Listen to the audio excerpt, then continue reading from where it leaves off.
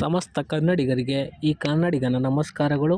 ಇಂದು ರಾಮನಗರದಲ್ಲಿ ನಗರಸಭೆ ವತಿಯಿಂದ ಅದ್ದೂರಿ ಕನ್ನಡ ರಾಜ್ಯೋತ್ಸವವನ್ನು ಜಿಲ್ಲಾ ಕ್ರೀಡಾಂಗಣದಲ್ಲಿ ಕನ್ನಡ ಹಬ್ಬ ಎಂಬ ಹೆಸರಿನಲ್ಲಿ ಆಚರಿಸುತ್ತಿದ್ದು, ನಾವುಗಳು ನೋಡೋಣ ಬನ್ನಿ ಸ್ನೇಹಿತರೆ.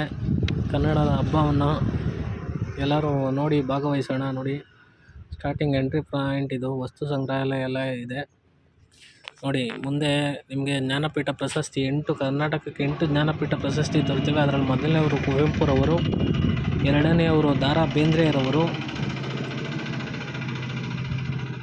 ಮೂರನೆಯವರು ಶಿವರಾಮ್ ಕಾರಂತರವರು ನೋಡಿ, ನಾಲ್ಕನೆಯವರು ಮಾಸ್ತಿ ವೆಂಕಟೇಶ್ ಅಯ್ಯಂಗಾರರವರು,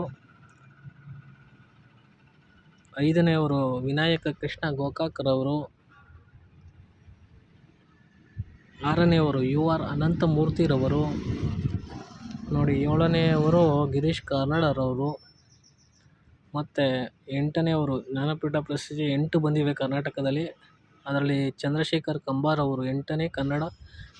ರಾಮನಗರದ ಹೆಮ್ಮೆಯ ಮಕ್ಕಳು ಡಾಕ್ಟರ್ ಸಿದ್ದಲಿಂಗಯ್ಯರವರು, ಕೆ. ಶಿವರಾಮ್ರವರು ಕನ್ನಡದಲ್ಲಿ IAS ಪಾಸ್ ಮಾಡಿದವಂಥವ್ರು, ರಾಮನಗರ ತಾಲೂಕಿನವರು ನೋಡಿ. ಸಾಲುಮರದ ತಿಮ್ಮಕ್ಕ ರಾಮನಗರದ ಮಾಗಡಿಯವರು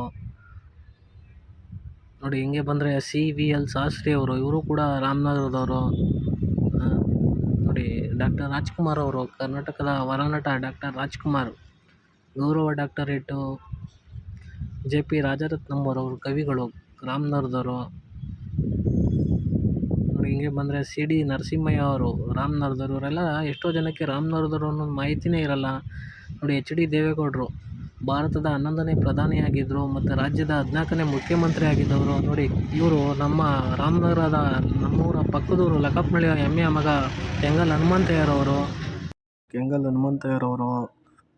ವಿಧಾನಸೌಧ, ಬೆಂಗಳೂರಿನ ವಿಧಾನಸೌಧ ನಿರ್ಮಾಣ ಮಾಡಿದವರು ಹಾಗೂ ನಮ್ಮ ರಾಮನಗರ ಜಿಲ್ಲೆಯ ಮೊದಲ ಮುಖ್ಯಮಂತ್ರಿ ಕೂಡ ಸಹ ಇವರು.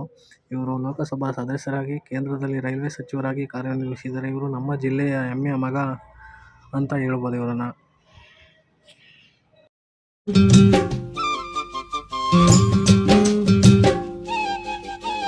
ಕಾಶಿಲಿ ಸ್ನಾನ ಮಾಡು, ಕಾಶ್ಮೀರ ಸುತ್ತಿ ನೋಡು, ಜೋಗದ ಗುಂಡಿ ಒಡೆಯ ನಾನೆಂದು ಕೂಗಿ ಹಾಡು.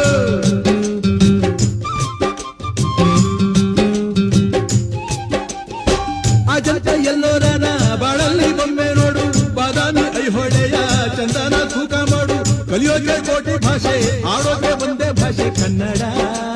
ಕನ್ನಡ ಕಸ್ತೂರಿ ಕನ್ನಡ.